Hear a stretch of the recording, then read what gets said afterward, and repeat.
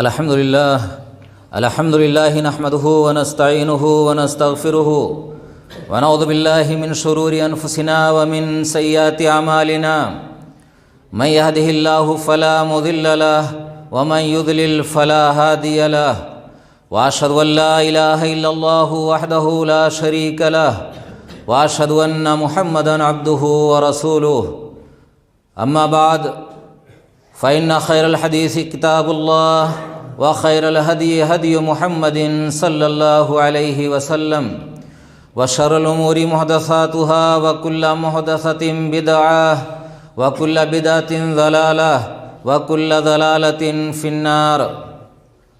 فأعوذ بالله السميع العليم من الشيطان الرجيم. بسم الله الرحمن الرحيم. قاف والقرآن المجيد بل عجبوا أن جاءهم منذر منهم فقال الكافرون هذا شيء عجيب أئذا متنا وكنا ترابا ذلك رجع بعيد قد علمنا ما تنقص الأرض منهم وعندنا كتاب حفيظ بل كذبوا بالحق لما جاءهم فهم في أمر مريج أفلم ينظروا إلى السماء فوقهم كيف بنيناها وزيناها وما لها من فروج والأرض مددناها وألقينا فيها رواسي وأنبتنا فيها من كل زوج بهيج تبصرة وذكرى لكل عبد منيب ونزلنا من السماء ماء مباركا فأنبتنا به جنات وحب الحصيد والنخل باسقات لها طلع نضيد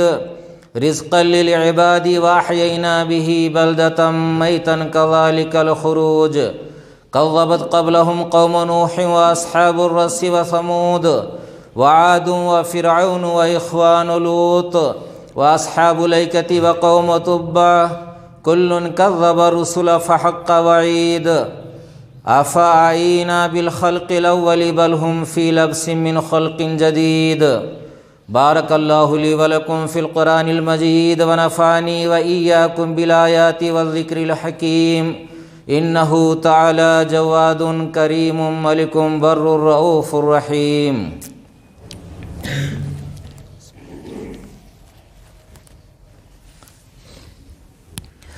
إن الحمد لله نحمده ونستعينه ونستغفره ونعوذ بالله من شرور أنفسنا ومن سيئات أعمالنا من يهده الله فلا مضل له ومن يضلل فلا هادي له وأشهد أن لا إله إلا الله وحده لا شريك له وأشهد أن محمدا عبده ورسوله.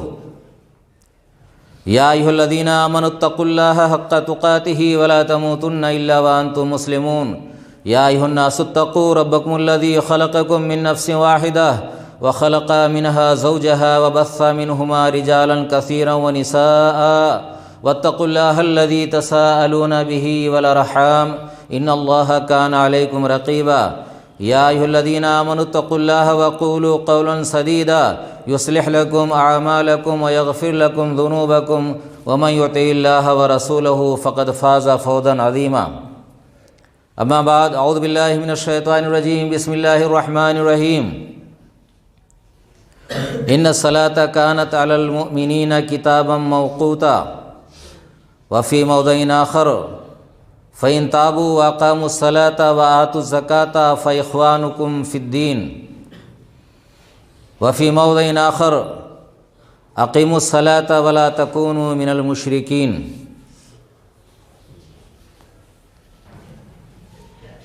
تعریف و توصیف حمد و ثنا کا مستحق اللہ رب العالمین کی ذات گرامی ہے اور درود و سلام نازل ہوں تمام انبیاء کرام پر، خصوصاً اللہ کے آخری نبی حضرت محمد مصطفیٰ صلی اللہ علیہ وسلم پر. حاضرین جمعہ، آپ کے سامنے قرآن مقدس کی مختلف جگہوں سے کچھ آیتیں تلاوت کی گئی ہیں. اللہ رب العالمین پہلی آیت جو میں نے تلاوت کی ہے سورہ نساء کی ہے.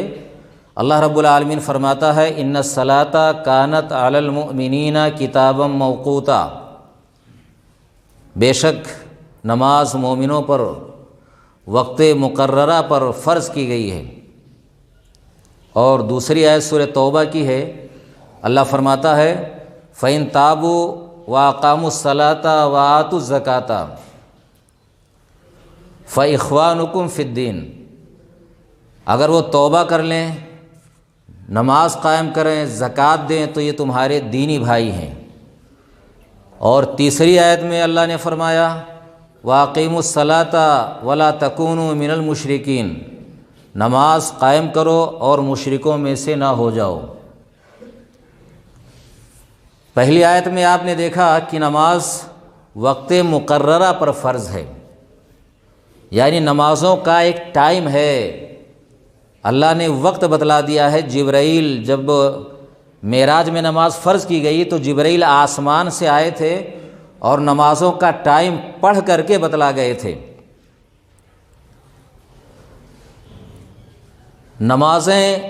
نمازوں کی اہمیت وقت مقررہ پر کتنی زیادہ ہے کہ جس کو آج ہم اذان کے نام سے جانتے ہیں، اور نمازوں کا جب وقت ہوتا ہے تو دنیا کو بتانے کے لیے کہ نماز کا وقت ہو گیا ہے ہم اذان دیتے ہیں۔ صحابہ کرام کو کتنی فکر تھی، کیونکہ نماز ٹائم پر ہوتی تھی۔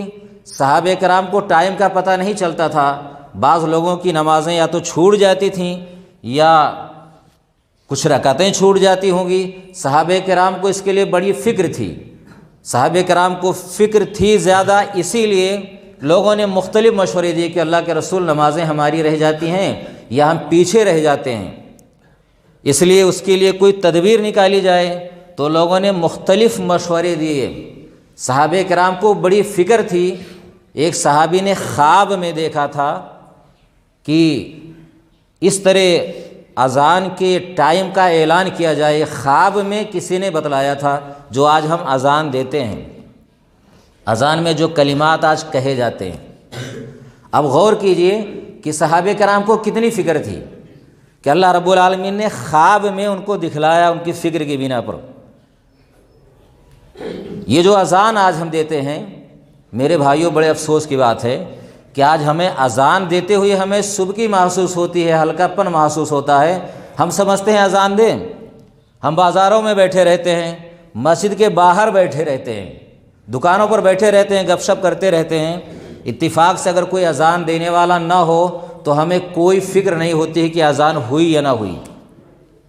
جب ہمارے ہاں کوئی مؤذن نہیں ہے تو ظاہر سی بات ہے یہ فکر سب کو رہنی چاہیے، خاص کر ان لوگوں کو یہ فکر ہونی چاہیے جو مسجد کے قریب رہتے ہیں، جو اپنے آپ کو اہل حدیث کہتے ہیں، مسجد کے قریب رہتے ہیں، ان کو زیادہ فکر ہونی چاہیے کہ ہماری مسجد میں اذان نہیں ہوئی ہے۔ اس اذان کو ہم معمولی سمجھتے ہیں، اس اذان کی کتنی فضیلت ہے۔ ایک حدیث میں اللہ کے نبی صلی اللہ علیہ وسلم نے فرمایا کہ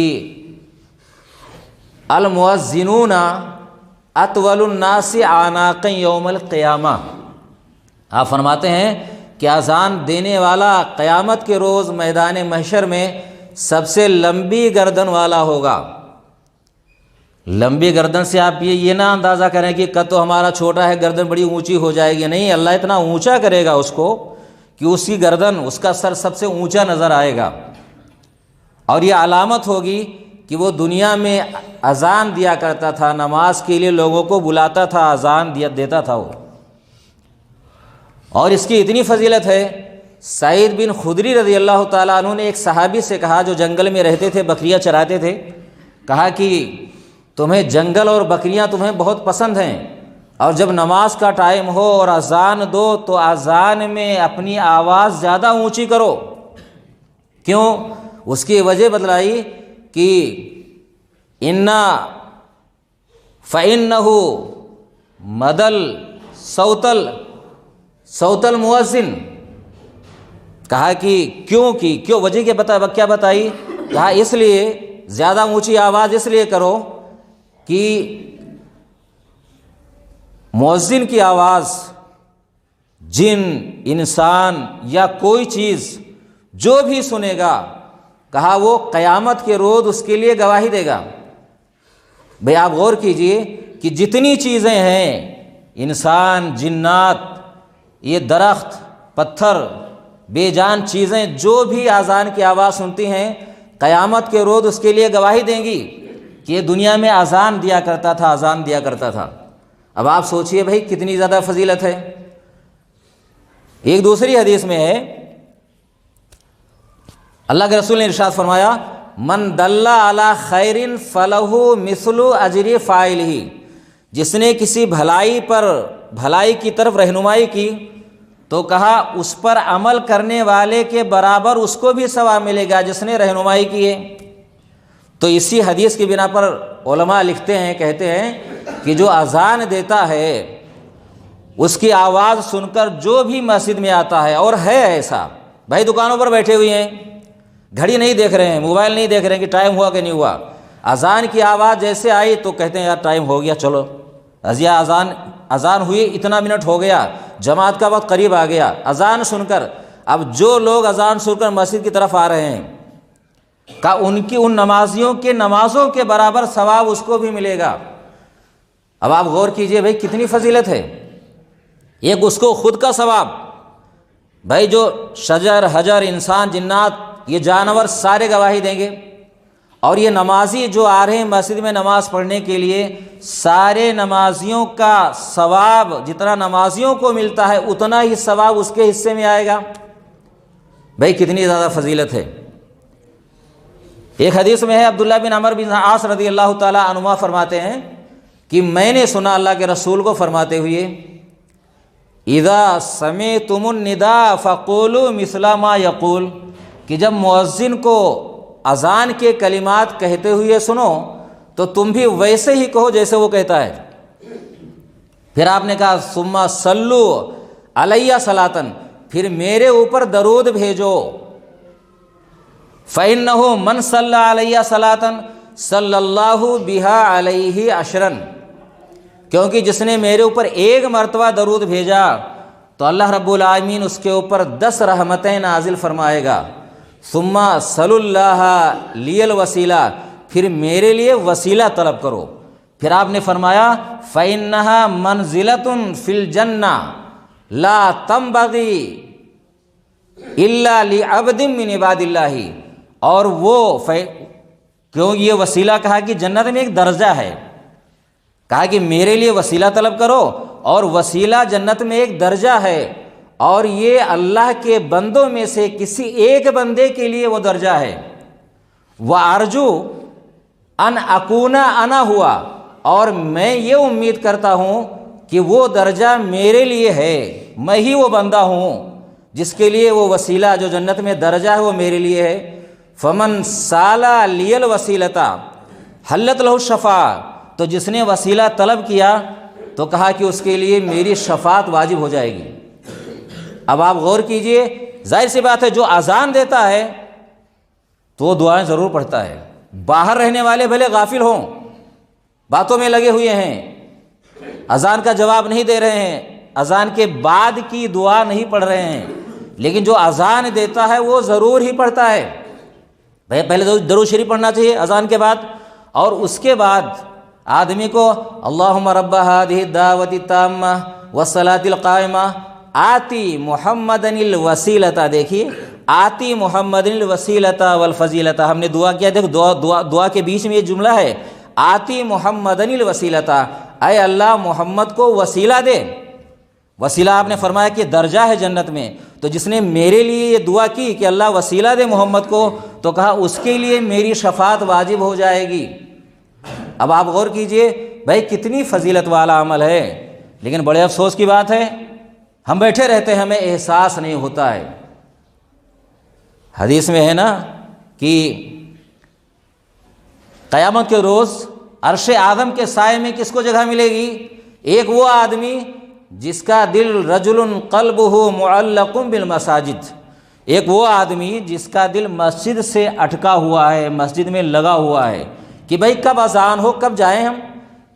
تو یہ کس بات کی گواہی دیتا ہے؟ اذان ٹائم سے نہ ہونا یہ کس بات کی گواہی دیتا ہے؟ ہمارا دھیان ہے کیا مسجد کی طرف؟ ہے کیا؟ اگر دھیان ہو، محلے میں ہم رہتے ہیں، محلے میں بیٹھے ہیں، اگر ہمارا دھیان ہو مسجد کی طرف کہ کب ٹائم ہو، کب جائیں، تو اس کو یہ بھی احساس ہوگا کہ بھئی اذان نہیں ہوئی ہے ابھی، ہم کیسے جائیں؟ تو اذان نہیں ہوئی ہے تو ادنی فکر ہوگی تو آدمی جا کر اذان دے گا۔ لیکن بڑے افسوس کی بات ہے کہ ہمیں کوئی احساس نہیں ہے۔ ہم نماز بھی پڑھتے ہیں اگر تو ہمیں بھی احساس نہیں ہے۔ جو بے نمازی ہیں تو چھوڑیے ان کو، تو ان کو کیا احساس، نمازی کی فکر نہیں ہے تو اذان کیا دیں گے۔ لیکن جو نمازی ہیں ان کو تو یہ فکر ہونی چاہیے کہ بھئی اذان نہیں ہوئی ہے، کوئی مؤذن نہیں ہے، اذان تو ٹائم سے ہو جائے۔ ہمیں ہے کیا شوق، جذبہ ہے کیا؟ ابو ہریرہ رضی اللہ تعالیٰ عنہ راوی حدیث ہے، فرماتے ہیں کہ اللہ کے نبی صلی اللہ علیہ وسلم نے ارشاد فرمایا کہ لو یعلم الناس ما فی النداء والصف الاول ثم لم یجدوا الا ان یستہموا علیہ لاستہموا علیہ۔ اللہ کے نبی صلی اللہ علیہ وسلم ارشاد فرماتے ہیں کہ اگر لوگ جان جائیں کہ اذان دینے میں اور پہلی صف میں شامل ہونے میں کتنا ثواب ہے، اور پھر وہ اذان دینے کے لیے اور پہلی صف میں شامل ہونے کے لیے بنا قرآن اندازی کے موقع نہ پائیں، تو کہا وہ قرآن اندازی بھی کریں گے، کتنا ثواب والا کام ہے بتائیے آپ، کتنی فضیلت والا کام ہے کہ اگر آدمی اگر جان جائے تو کہا قرآن اندازی کرنے لگ جائیں لوگ کہ اذان میں دوں گا، پہلی صف میں کھڑا ہوں گا، بھئی کتنی فضیلت والا کام ہے۔ پھر آپ نے فرمایا وَلَوْ يَعْلَمُونَ مَا فِي التَّحْجِيرِ لَاسْتَبَقُوا عَلَيْهِ، اگر لوگ جان جائیں کہ اول وقت میں آنے میں کتنا ثواب ہے تو کہا دوڑ دوڑ کر آئیں اول وقت میں نماز کے لیے۔ وَلَوْ يَعْلَمُونَ مَا فِي الْعَتَمَةِ وَالْفَجْرِ وَالصُّبْحِ لَأَتَوْهُمَا وَلَوْ حَبْوًا۔ پھر آپ فرماتے ہیں کہ اگر لوگ جان جائیں کہ عشاء اور فجر کی نماز میں آنے میں کتنا ثواب ہے تو کہا کہ وہ ضرور آئیں عشاء اور فجر میں، اگرچہ ان کو کیا اپنے بیٹھک کے بل گھسٹ کر آنا پڑے، گھسٹ کر۔ بھئی کتنا ثواب ہے بتائیے آپ کہ گھسٹ کر آنا پڑے۔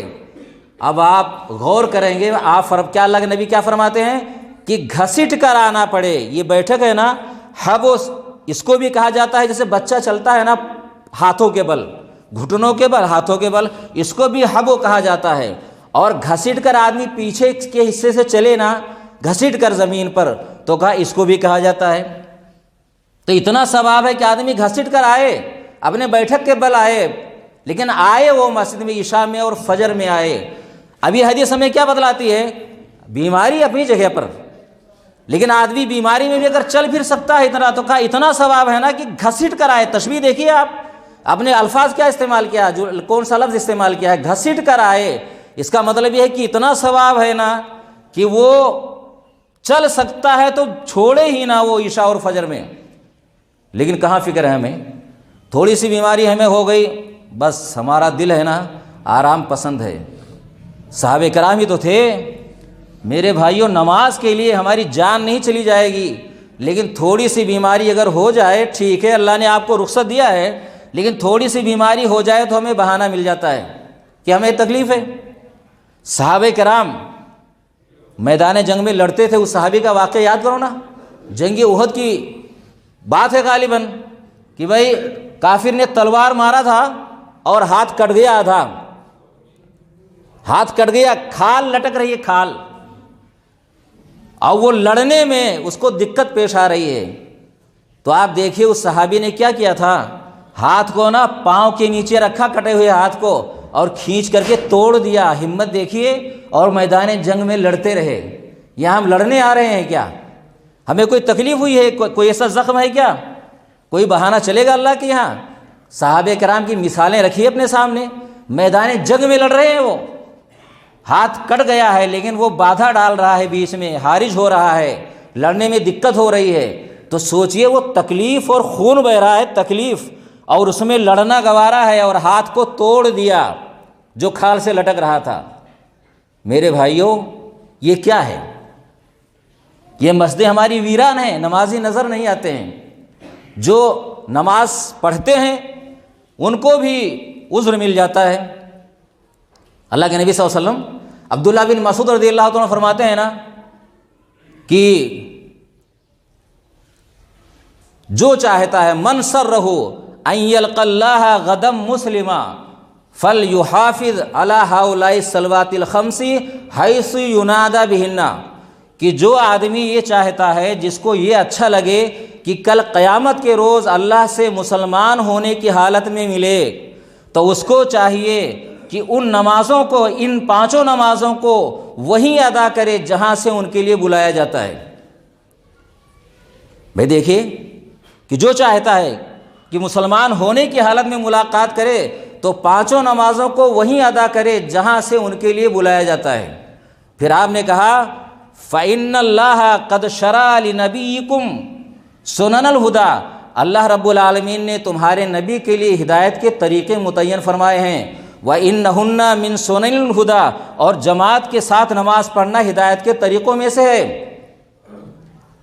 کہا لَوْ تَرَكْتُكُمْ سُنَّتَ نَبِيِّكُمْ وَلَوْ تَرَكْتُكُمْ سُنَّتَ نَبِيِّكُمْ، اور تم اپنے نبی کے سنت کو اگر چھوڑ دو گے، جیسے کہ اگر تم جماعت سے پیچھے رہ گئے، اگر تم نماز کو اپنے گھروں میں پڑھنا شروع کر دو گے، ان نمازوں کو جیسے کہ پیچھے رہنے والا شخص نماز کو پڑھتا ہے، لَتَرَكْتُكُمْ سُنَّتَ نَبِيِّكُمْ، تو تم اپنے نبی کی سنت کو چھوڑ دو گے، اور تم نے اگر اپنے نبی کی سنت کو چھوڑ دیا لَضَلَلْتُمْ، تو تم گمراہ ہو جاؤ گے۔ اب یہ کیا ہے؟ ہم نے چھوڑ دی نا نبی کی سنت، تو ہم کیا گمراہ نہیں ہیں کیا؟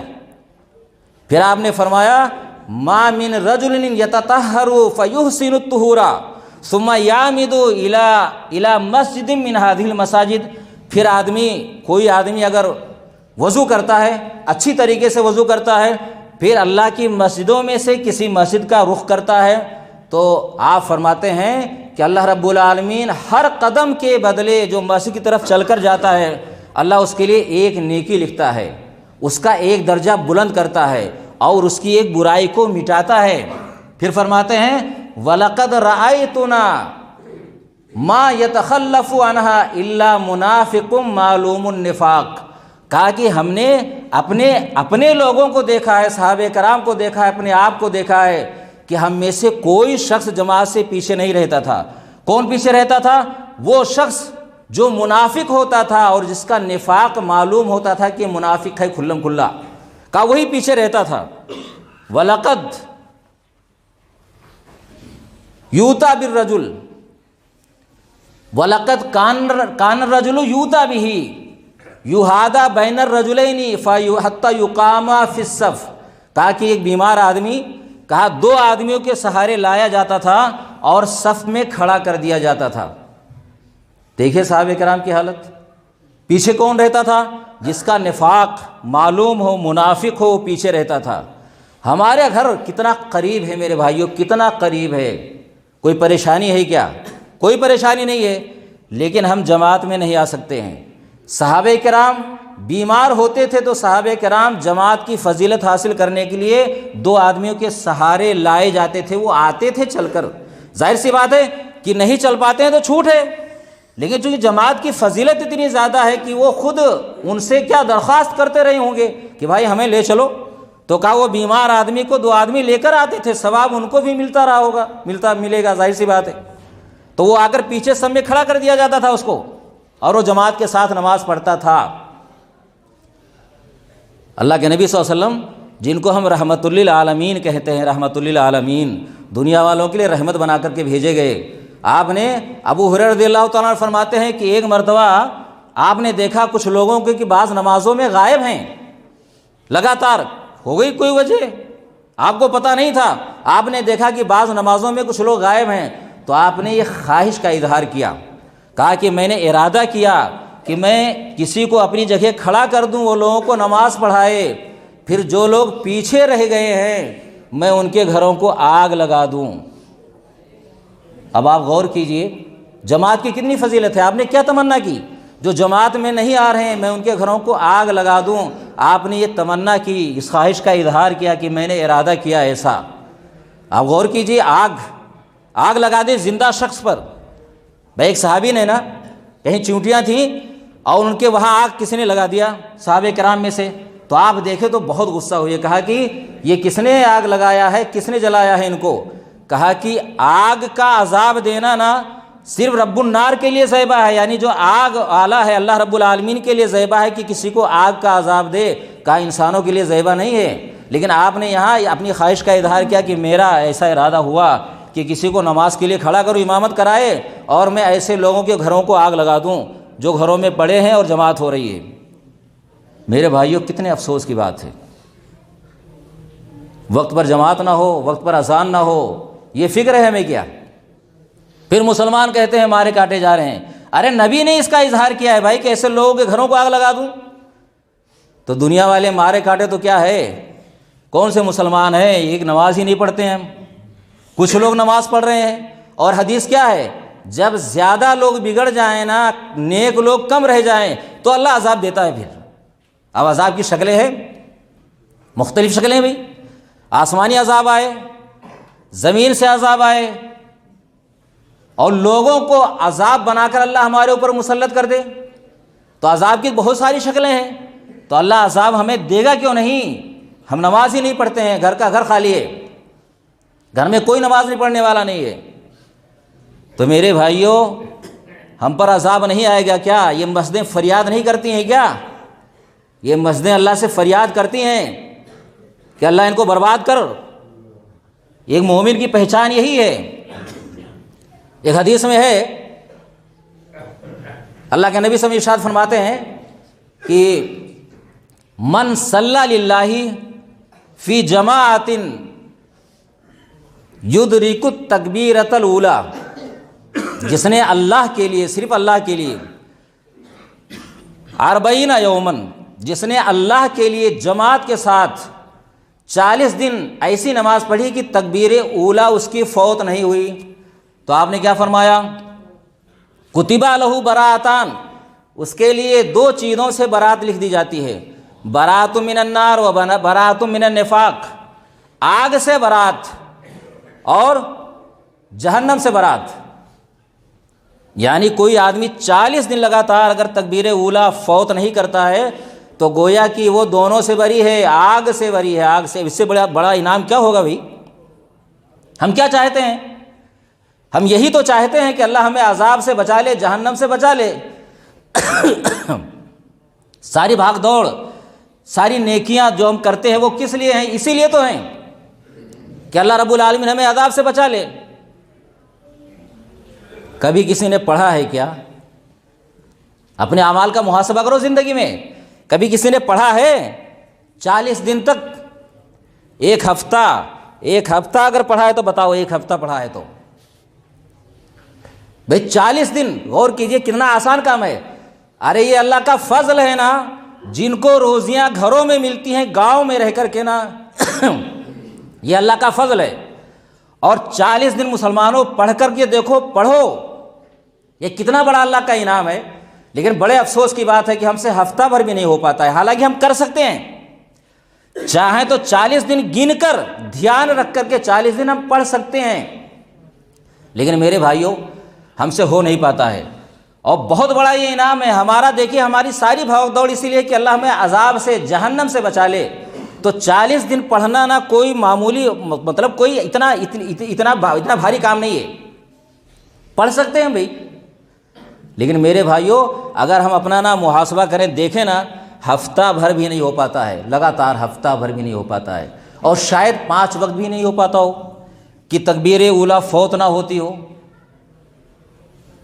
اللہ نے، میں نے قرآن میں شروع میں آیتیں پڑھی تھی نا، اقیموا الصلاۃ ولا تکونوا من المشرکین، نماز قائم کرو اور مشرکین میں سے نہ ہو جاؤ۔ اس کا مفہوم کیا نکالا ہے علماء نے کہ جو نماز نہیں پڑھتا ہے وہ یقیناً مشرک ہے۔ بھئی نماز قائم کرو اور مشرکین میں سے نہ ہو جاؤ، تو جو نماز نہیں پڑھتا ہے وہ یقیناً مشرک ہے۔ آپ نے قرآن میں کیا کہا؟ فَإِن تَابُوا، اگر وہ توبہ کر لیں، وَأَقَامُوا الصَّلَاةَ وَآتُوا الزَّكَاةَ فَإِخْوَانُكُمْ فِي الدِّينِ، اگر یہ توبہ کر لیں، نماز قائم کریں، زکوٰۃ دیں، تو یہ تمہارے دینی بھائی ہیں۔ یعنی توبہ کی پہچان کیا ہے؟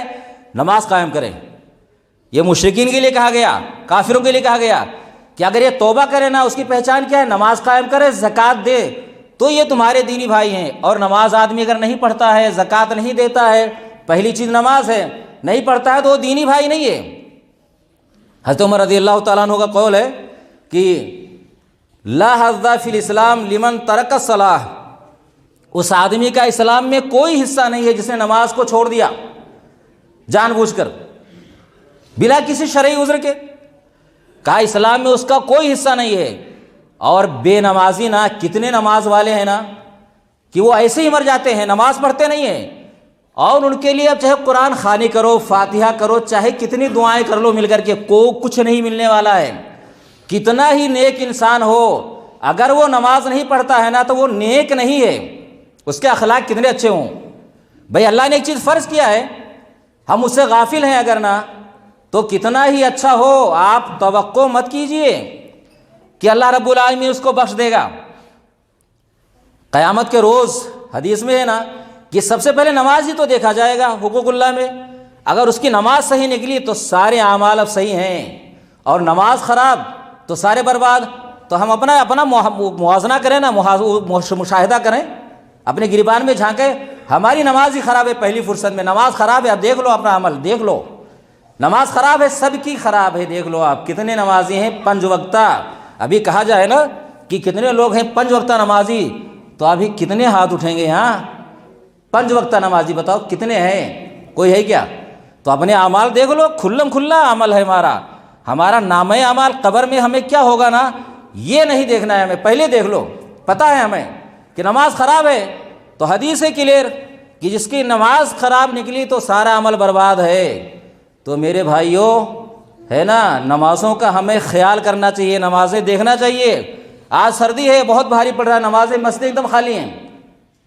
اللہ کے نبی صاحب نے ارشاد فرمایا بشر المشائین فی الظلم بالنور التام یوم القیامہ، کہ جو لوگ اندھیروں میں چل کر آتے ہیں مسجدوں کی طرف، قیامت کے روز مکمل نور کی بشارت دے دیجئے۔ بھائی رات کی نمازوں میں، رات ہی میں تو سردی تیز پڑتی ہے نا، رات کی نمازوں میں ہم چل کر کے آتے ہیں تو قیامت میں اللہ اس کا بدلہ کیا دے گا؟ جہاں کوئی روشنی نہیں ہوگی، قبر میں روشنی ہمیں ملے گی، قیامت میں کیا مکمل روشنی ملے گی، کتنی فضیلت ہے۔ لیکن ہمیں بڑا بھاری پڑتا ہے، کہیں کھانے جانا ہو نا تو بھاری نہیں ہے، بھاگ کر جائیں گے، گاڑیوں پر جائیں گے، سردی لگے تو لگے، کھانے جانا ہے وہاں، نماز کے لیے آنا ہے، ساری سہولتیں ہیں، لیکن ہم نہیں آ پائیں گے۔ میرے بھائیوں، مسجد کی صفائی ستھرائی کا بڑے دھیان ہمیں رکھنا چاہیے۔ بھائی جو ذمہ دار ہیں وہ تو ہے ہی ہیں، لیکن اللہ جس کو بھی توفیق دے صفائی ستھرائی کرے، اس کو عام نہ سمجھے کہ معمولی کام ہے۔ لوگ نا اماموں کے یا مؤذنوں کے ذمے چھوڑ دیتے ہیں، کسی کو رکھ دیا صفائی کے لیے، معمولی کام ہے، سیٹھ صاحب ہیں، بڑے پیسے والے ہیں، وہ تھوڑے صفائی کریں گے، یہ حقیر کام ہے نا۔ ابو ہریرہ رضی اللہ تعالیٰ عنہ راوی حدیث ہیں، فرماتے ہیں کالی عورت تھی، کالی کلوٹی عورت تھی، کہا مسجد کی صفائی کیا کرتی تھی مسجد نبوی کی؟ کہ اللہ کے رسول نے چند دنوں تو دیکھا کہ آئی نہیں، وہ پوچھا بھی کہاں گئی ہو؟ تو صحابہ کرام نے کہا اللہ کے رسول فوت ہو گئی۔ تو آپ نے کہا کہ تم نے مجھے کیوں نہیں بتایا؟ صحابہ کرام نے معمولی سمجھا کہ بھائی چلو معمولی عورت ہے، غریب ہے، معمولی عورت ہے، مر گئی، دفن کر دیتے ہیں، اللہ کے رسول کو بتانے کی کیا ضرورت ہے؟ جب آپ نے دیکھا کئی روز نہیں آئی تو آپ نے پوچھا کہ وہ عورت کہاں گئی، کیا بات ہے، آئی نہیں، اتنے دن ہو گئے۔ کہا اللہ کے رسول وہ فوت ہو گئی، ہم نے دفنا دیا۔ کہا مجھے کیوں نہیں بتایا؟ پھر آپ نے کہا کہ چلو مجھے اس کی قبر بتاؤ۔ اللہ کے نبی صلی اللہ علیہ وسلم گئے اس کی قبر پر اور جنازہ اس کا پڑھا قبر پر کھڑے ہو کر۔ یہ کیا ہے؟ یہ مسجد کی صفائی کی فضیلت ہے، اور کسی پر نہیں مل رہا ہے۔ نجاشی کی جنازہ غائبانہ پڑھی تھی، لیکن قبر پر پڑھنے کی نماز دیکھیے، اس کی قبر پر آپ نے جا کر نماز پڑھی ہے، کس لیے؟ یہ ہے مسجد کی فضیلت۔ آج ہم کیا بہت معمولی سمجھتے ہیں، ذمہ داری ہمیں ہے نا، ہماری ہے، لیکن ہمیں اس کا احساس نہیں ہے کہ ہمیں بھی صاف کرنا چاہیے۔ ارے میرے بھائیوں، کب ذمہ داری کا احساس کرو گے؟ یہ ذمہ دار بن جانے سے کچھ نہیں ہوتا ہے۔ بہت سارے لوگوں کو نماز کیا پتہ، کسی کو دکھانے کے لیے نماز پڑھتے ہیں، کبھی بڑا جوش رہتا ہے، اپنی زندگیوں میں جھانکو نا، کبھی بڑا جوش، بڑے 5 وقتہ نمازی بھاگ بھاگ کر پڑھنا، اور کبھی ایسا دور آتا ہے غائب، بالکل گدھے کے سر سے سینگ جیسے غائب ہو جائے۔ پتہ نہیں ہے کہ مسلمان بھی ہیں کیا؟ اب کس کے لیے نماز پڑھتے ہو بھائی؟ نماز اپنے لیے پڑھ رہے ہو میرے بھائیو، اپنے لیے، اور کسی کے لیے پڑھ رہے ہو تو گویا کہ اس کو اللہ کا شریک بناتے ہو۔ نماز اس کے لیے پڑھ رہے تھے کیا؟ کس کے لیے نماز پڑھ رہے تھے؟ تو میرے بھائیو نماز اپنے لیے پڑھو، اپنے لیے، کیونکہ حدیث ہے نا، جو بے نمازی ہے، جو نماز کی حفاظت کرتا ہے، نماز اس کے لیے کیا نور ہوگی، دلیل ہوگی، نجات کا ذریعہ ہوگی۔ اور جو نماز کی حفاظت نہیں کرتا ہے اس کا حشر کس کے ساتھ ہے؟ قارون کے ساتھ، فرعون کے ساتھ، حامان کے ساتھ، ابی ابن خلف کے ساتھ۔ تو اپنا انجام ہم دنیا میں دیکھ لیں کہ ہم کس کے ساتھ اٹھائے جائیں گے۔ نماز کے لیے ہے صرف یہ دیکھ لو، جو نمازوں کی حفاظت نہیں کرتا ہے قارون کے ساتھ اٹھایا جائے گا، ابی ابن خلف کے ساتھ بھی کسی کو کہہ دیا جائے نا کہ ابے تیرا تو مرے گا نا، اٹھے گا مر کر، قارون کے ساتھ، فرعون کے ساتھ بھی وہ لڑنے پر آمادہ ہو جائے۔ لیکن نماز نہیں پڑھتا ہے تو میں تھوڑے کہہ رہا ہوں، نبی ہمارے فرما رہے ہیں بھائی کہ تو نماز نہیں پڑھتا ہے تو کس کے ساتھ اٹھایا جائے گا؟ قارون کے ساتھ، حامان کے ساتھ، فرعون کے ساتھ، ابی ابن خلف کے ساتھ، کس کے ساتھ اٹھایا جائے گا تو اپنا انجام دیکھ لو، کس کے ساتھ تمہیں اٹھنا ہے مرنے کے بعد قیامت کے روز۔ قبر جب پھٹے گی اور اسرافیل جب سور پھونکیں گے ہے نا، لوگ نکلیں گے، تو تم کس کے ساتھ جاؤ گے؟ انہی کے ساتھ جاؤ گے جہاں قارون ہوگا، فرعون ہوگا، ابی ابن خلف ہوگا اور حامان ہوگا، تم اس محفل میں رہو گے، انہی کے ساتھ اٹھائے جاؤ گے۔ اس لیے میرے بھائیوں، ہم چاہتے ہیں کہ ہم نبیوں کے ساتھ اٹھیں۔